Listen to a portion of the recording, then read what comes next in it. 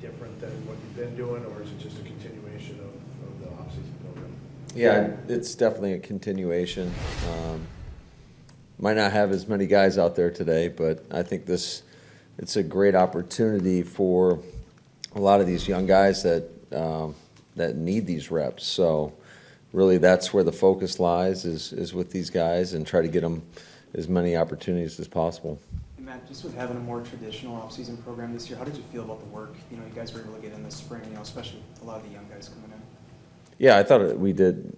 Our guys came in with the right mindset, and it was very, very productive. It was nice to get back to some normalcy and having these guys around all off season and implement a few new things and really in each area. And so I think the foundation's been laid, so to speak, but it is important over the course of these next however many days, 40 days or whatever it is, that these guys continue to build upon what they've done and come into training camp in great shape and ready to go.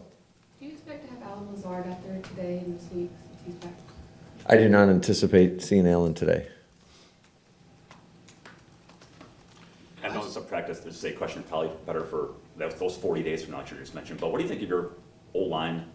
Obviously, it's been really good, but you got Dave coming off the ACL, Elton, Josh didn't play a whole lot last year. What do you think you might have there? Yeah, I think that's a great question. I think time will tell. I think it's always a little bit more challenging, really, when you talk it up front, offensive line, defensive line, this time of the season without pads on. How are they going to look? We've done so much jog through tempo versus full speed tempo.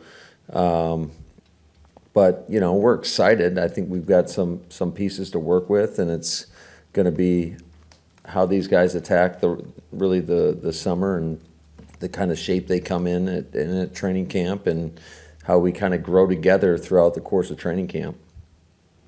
Matt, when Mike Sherman was coach and GM here, his right-hand man was named Mark Hatley. And Hatley always talked about this time of year, he was terrified of these next 6 weeks when the guys go away.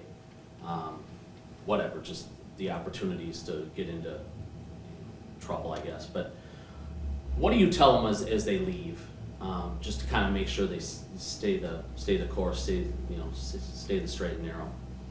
Yeah, the same thing we preach each and every day is you got to take advantage of your opportunity. Obviously, there's a standard of which you have to conduct yourself, not only on the field, but off the field as well, and understand that you represent the Green Bay Packers. And we're very fortunate that we've got a very strong locker room, and I think that really comes from the veteran leadership we have on this team. And those guys definitely gave their 2 cents prior to leaving last week. When you have Aaron, you have Mercedes, kind of just giving those young guys some wisdom on how they need to conduct themselves, and just really the discipline that it takes throughout the course of when guys aren't in the building. It takes a lot of discipline, and just staying up to speed with what they've learned to this point in terms of just the schematics of the game, and then again getting yourself in the best shape possible so that we can't be going backwards over these next 5 weeks. So, but I do think that Goody and his staff have done an outstanding job just bringing in high character guys, and that makes it a lot less terrifying, if you will, when they leave for these next 5 weeks. When we talked to Sammy Watkins last week, he was pretty open and honest about the ups and downs of his career and his mindset coming in. Vrabel talked about going out to dinner with him and saying he's a little more mature. How did Sammy come off to you after your time with him with the Rams and where he's at right now? Well, Sammy was great for us. Just a guy that came to work each and every day, and we didn't get Sammy until it was a couple weeks into training camp. So he had to pick it up pretty quickly, and he did a heck of a job with that.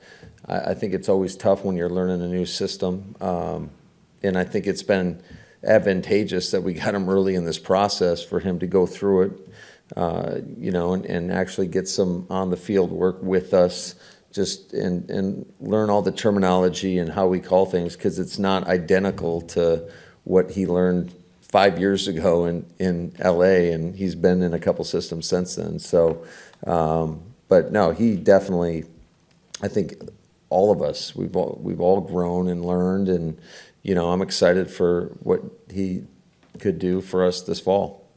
Matt, do you have a feel for where your ACL guys are, Dave, Elton, Robert, and Kylan?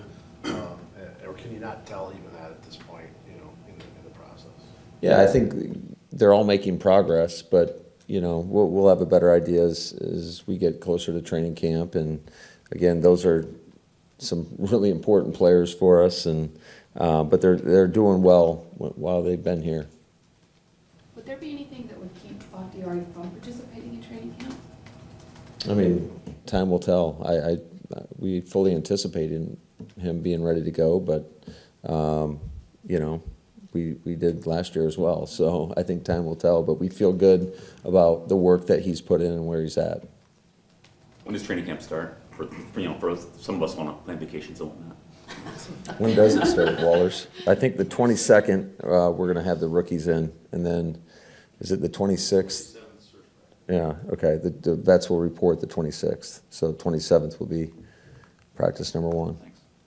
Matt, at this time of year, I know a lot of it's teaching and all that, but are there some position groups that you can get more of an evaluation on than others at this stage of the year? Yeah, I think definitely in terms of just, like we talked about earlier, it is a little bit more challenging when you're doing more walkthrough and less full speed work, especially not having pads on. So I think it tends to be a little bit more easy to evaluate the back end, the skill positions, because it's so much more emphasis on the passing game, and we've done a lot of 7-on-7s and whatnot, and but we've gotten a pretty good look at all those guys. Speaking of those guys, what do you think of Keyshawn and Sean Davis? Those seem to be your next men up at this super early stage of things. Yeah, I think they've done a nice job. They've approached it the right way, and it's going to be a lot on them in terms of where they are when we come back. They got to stay in the book and up to speed on just all the nuances of those positions, but they're going to have a lot of opportunity. That same vein, how have you seen TJ Slayton progress, especially now that he's got Devontae Wyatt there too? Yeah, TJ's done a nice job. I think just his work capacity alone has definitely increased, and I think that's a learning curve for a lot of young players, is they don't know necessarily what they're getting into when they first get into this league. And a lot of these guys, after the combine, they go on basically a world tour, and they got teams bringing them in, and they have inconsistent workout routines, and so it is a little bit more challenging for some of the guys than others. But TJ's done a nice job. I think he's light years ahead of where he was a year ago. Staying in the defensive line, what have been your initial impressions of Reed, and what were your impressions of him as an opposing coach in the past? Yeah, Jaren's a guy, you can see the talent. I mean, you can see why he was early second-round pick, and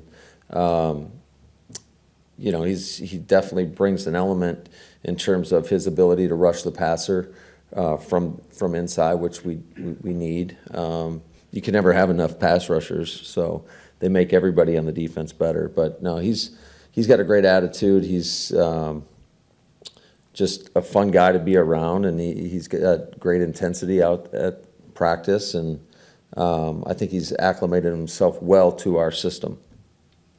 Matt, in your 3 years, I think you've run the ball on average 42% of the time. With some questions maybe at wide receiver, is this a year where you could see that number going up, maybe where you're closer to a 50-50 split? Totally depends on the game. So I don't want to go in there with any preconceived notions. We're gonna always attack it the same way in terms of what gives us the best opportunity to win the football game. And I think there's always a lot of assumptions about how we're going to do that. And certainly when you have two great running backs, you feel good about giving them the ball. But there's other ways than just running the football to get them involved in the offense. And Both those guys are very versatile players out of the backfield.